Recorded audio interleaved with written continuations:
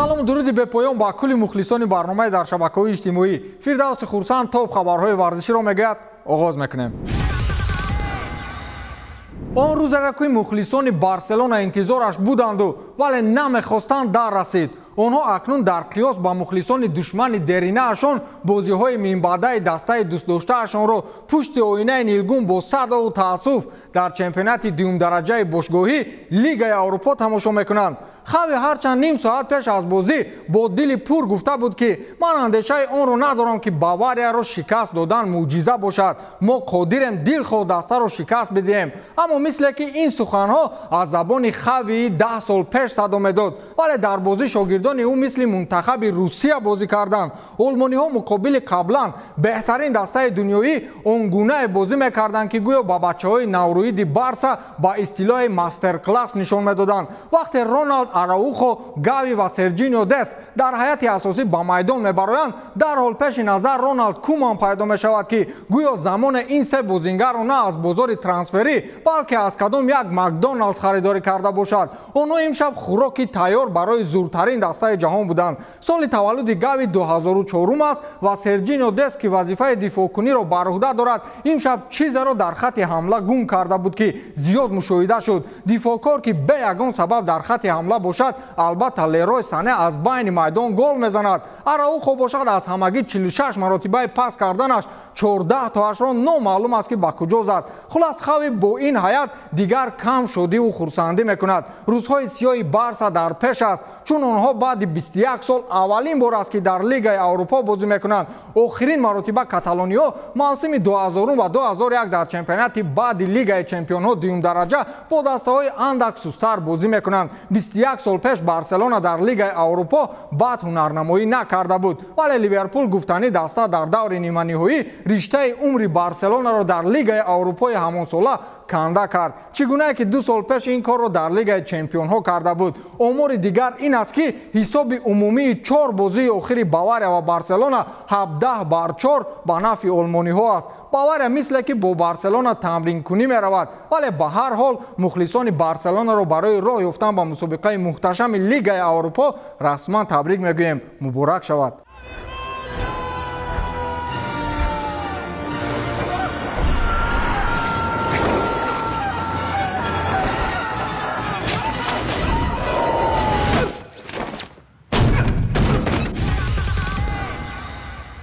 қаҳрамонии дастаи Зенит дар муқобили феълан беҳтарин дастаи дунё Челси. шахсан ман бар он будам ки Томас Тухел бо абардастаи сохтааш дастаи русиро пора мекунад, вале русҳо дар замини худ рӯҳияи дигар доранд. бозии дастаҳои Зенит ва Челсиро ҳоли ҳозир яке аз беҳтарин бозиҳои даври охир ном мебаранд. Челси ки роҳҳои шикастанашро то ҳол мураббиҳои бузург Юрген Клопу Пеп Гвардиолаву чандин нафарони дигар бо дастаҳои бузургашон меҷӯянд, дар охирин давр ба Сергей Симак сармураббии Зенит муяссар шуд ки ба ҳамагон нишон диҳад то муқобили Челси чӣ гуна бояд бозӣ кард. шояд Симак пеш аз бозӣ шогирдонашро гуфта бошад ки бачаҳо, мо дигар шонси идомаи Лигаи чемпионҳоро надорем ва дар сурати бой додан аз Лигаи Аврупо ҳам маҳрум намешавем. аз ин рӯ имрӯз муқобили дастаи зуртарини Аврупо барои кайфият бозӣ мекунем, барои худу мухлисон. онҳо нотарсона ва бидуни таваккал ҳар хеле барояшон писанд буд бозӣ карданд. дар қисми аввал бозигарони Челси дар ҳаққи туп сухта буданд.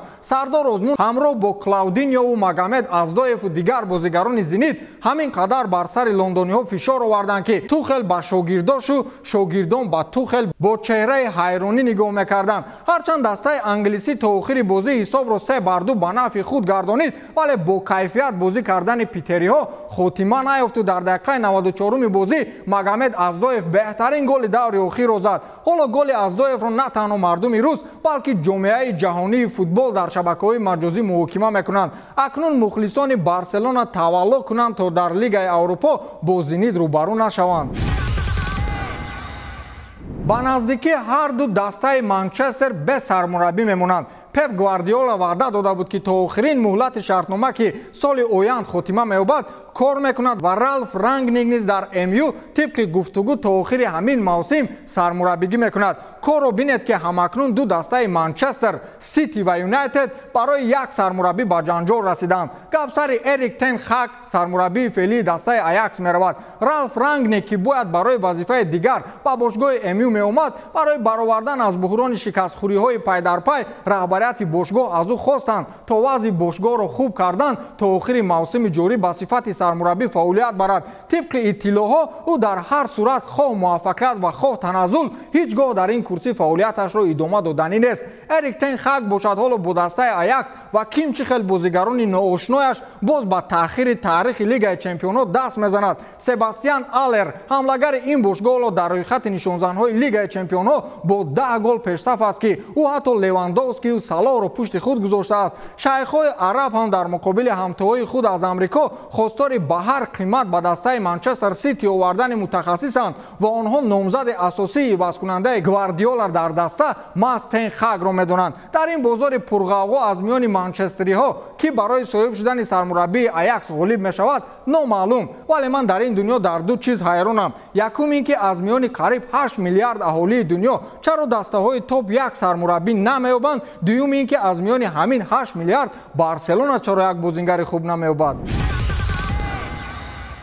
Оҳиста оҳиста мо аз бозингароне ки чанд сол пеш бонгу номашон ба осмонҳо рафта буд ҷудо мешавем. Ҳимоятгари бразилии дастаи Реал Мадрид Марсело қарор аст тобистон ба чемпионати Бразилия баргардад. Инро кулли расонаҳои иттилоотӣ дар такя ба пойгоҳҳои мӯътамади варзишӣ менависанд. Марсело баъди рафтани Роналдо мисле ки дар Реал мавқеи дурусти худро пайдо намекунад. Ин мавсим ӯ ҳамагӣ 5 маротиба ба майдон баромад, вале натиҷаи дилхоҳ ба даст наёмад. Чанде пеш хабарҳо ҳам пайдо шуда буд ки Марсело ба ҳамдастаҳои худ аз зиёд нишастан дар курсии захиравӣ шикоят бурда буд ва ҳатто гуфтааст ки ин тобистон вақте муҳлати шартнома ба охир мерасад ӯ ҳатман бошгоҳашро иваз мекунад. Гуфта мешавад ки Марсело тобистон ба дастаи Флуминенсеи чемпионати Бразилия бармегардад. ӯ соли 2007 маҳз аз ҳамин даста ба Реал омада буд ва инак 14 сол аст бо пираҳани шоҳона баромад мекунад. Ман медонам ки мухлисони Реал то чӣ ҳад Марселоро дӯст медоранд, вале вақте омад ки хайрухуш бояд кард. ҳоло дар мавқеи ӯ нафаре ба Марсело хеле монанд бозӣ мекунад ки Ферлан Менди ном дорад. Менди аз Марсело ягон ками ғайри ороиши мӯи сар надорад.